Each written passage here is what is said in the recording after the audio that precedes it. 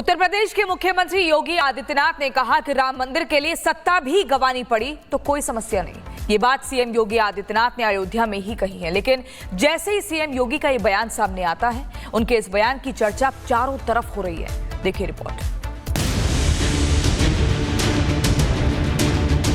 रामनवमी से ठीक पहले यूपी के मुख्यमंत्री योगी आदित्यनाथ आज अयोध्या पहुंचे।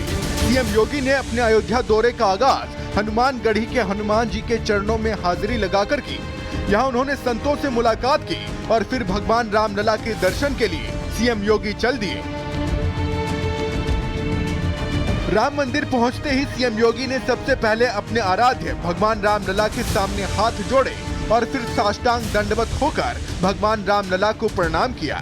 मंत्रोच्चार के बीच सीएम योगी ने भगवान रामलला की पूजा अर्चना की और इसके बाद राम मंदिर में रामनवमी की तैयारियों का जायजा लिया।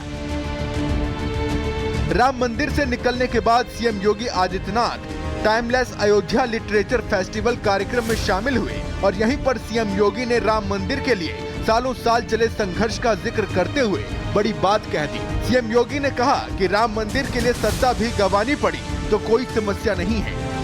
यद्यपि मेरी 3 पीढ़ियां श्री राम जन्मभूमि आंदोलन के लिए समर्पित थी, मुझे कोई समस्या नहीं थी, लेकिन शासकीय व्यवस्था जिस नौकरशाही से जकड़ी होती है, उस नौकरशाही में एक बड़ा वर्ग ऐसा था जो कहता था कि मुख्यमंत्री के रूप में अयोध्या जाने से विवाद खड़ा होगा।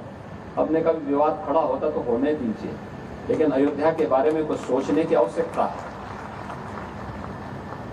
फिर एक वर्ग ऐसा था जिसने कहा कि आप जाएंगे फिर राम मंदिर की बात होगी। तो मैंने कहा कौन हम सत्ता के लिए आए हैं, राम मंदिर के लिए सत्ता भी गंवानी पड़ेगी तो कोई समस्या नहीं होनी चाहिए। सीएम योगी आदित्यनाथ का ये बयान उन लोगों के लिए करारा तमाचा है जो ये आरोप लगाते हैं कि सीएम योगी राम मंदिर की राजनीति सत्ता पाने के लिए करते हैं। सीएम योगी ने तो अब अपने विरोधियों को खुलकर ये बता दिया है कि उनके लिए भगवान राम पहले हैं और राम मंदिर के लिए सत्ता भी गंवानी पड़ी तो वो पीछे नहीं हटेंगे। Bureau report, Republic Bharat. तो संभल में जामा मस्जिद के सामने जो सत्यव्रत पुलिस चौकी बन रही थी वो इतनी बड़ी बनाई गई है कि जब आप उसे देखेंगे तो आप भी दंग रह जाएंगे। ये पुलिस चौकी इतनी बड़ी है कि यहाँ सैकड़ों पुलिस जवान रह सकते हैं। पुलिस चौकी ने तो दंगाइयों की जमीन तक हिलाकर रख दी है। चौकी इतनी बड़ी है कि दंगाई और उपद्रवी इसे देखकर कांप रहे हैं। देखिए।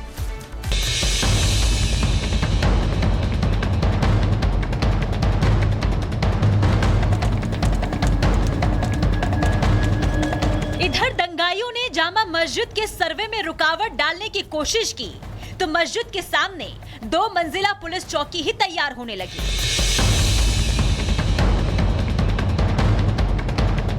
तस्वीरों में आप देख सकते हैं कि कितनी बड़ी पुलिस चौकी बनाई गई है।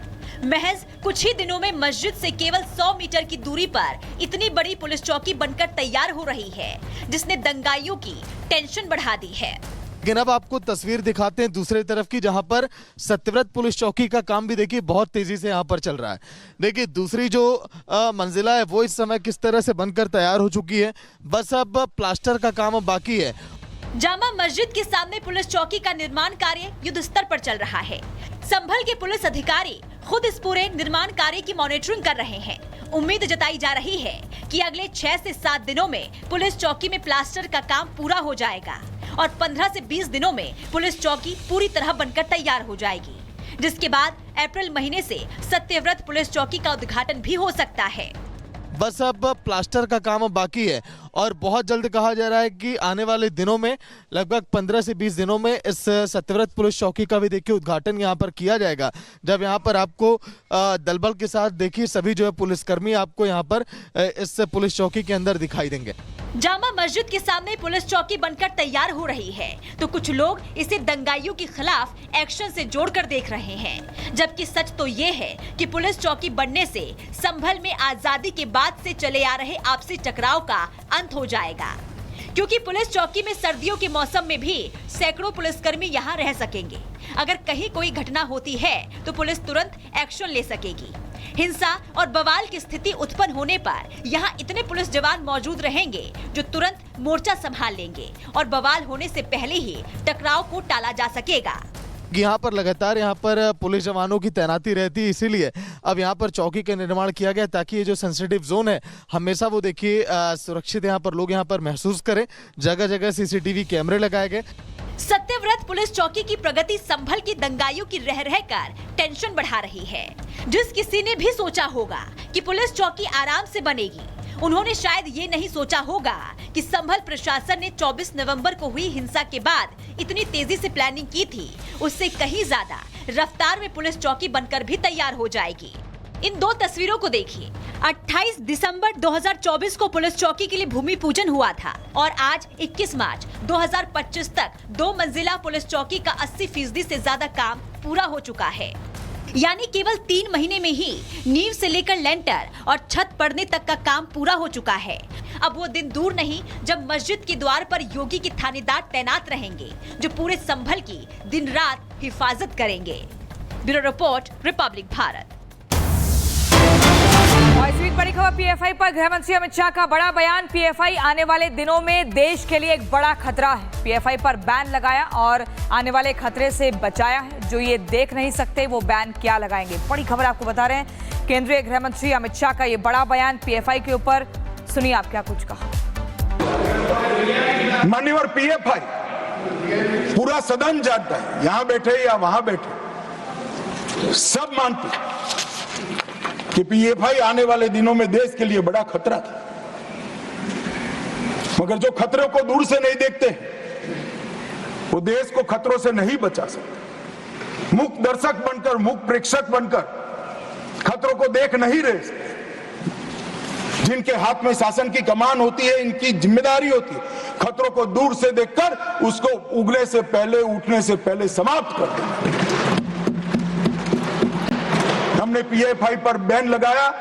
एक साथ देश के 24 राज्यों में रेड डालकर पीएफआई के एक एक बंदे को उठाकर जेल की सलाख होकर संपूर्ण गतिविधि समाप्त हो गई। कुछ लोग पंजाब में भी बिंडरान वाले बनने का प्रयास भी किया, आगे भी बढ़े। सरकार हमारी नहीं थी, फिर भी यही गृह मंत्रालय ने दृढ़ निश्चय कर आज वो असम की जेल में आराम से गुरु ग्रंथ साहब का पाठ। ये नरेंद्र मोदी सरकार, इस सरकार के रहते देश पर खतरे राजनीतिक आइडियोलॉजी के कारण पनपने हम नहीं देंगे। उनको खड़ा होने से पहले ही समाप्त कर देंगे। काफी उपयोगी सुझाव दिया, कुछ इनके चाहता हूं। शुक्रवार को गृह मंत्रालय के कामकाज पर चर्चा का जवाब देते हुए गृह मंत्री अमित शाह ने विपक्ष पर करारा वार किया। अमित शाह ने एक तरफ जहां विरासत में मिले आतंकवाद, उग्रवाद और नक्सलवाद का जिक्र किया, तो वहीं गृह मंत्री ने उरी और पुलवामा हमले का भी जिक्र करते हुए कहा कि हमने दुश्मन को 10 दिन में मुंहतोड़ जवाब दिया।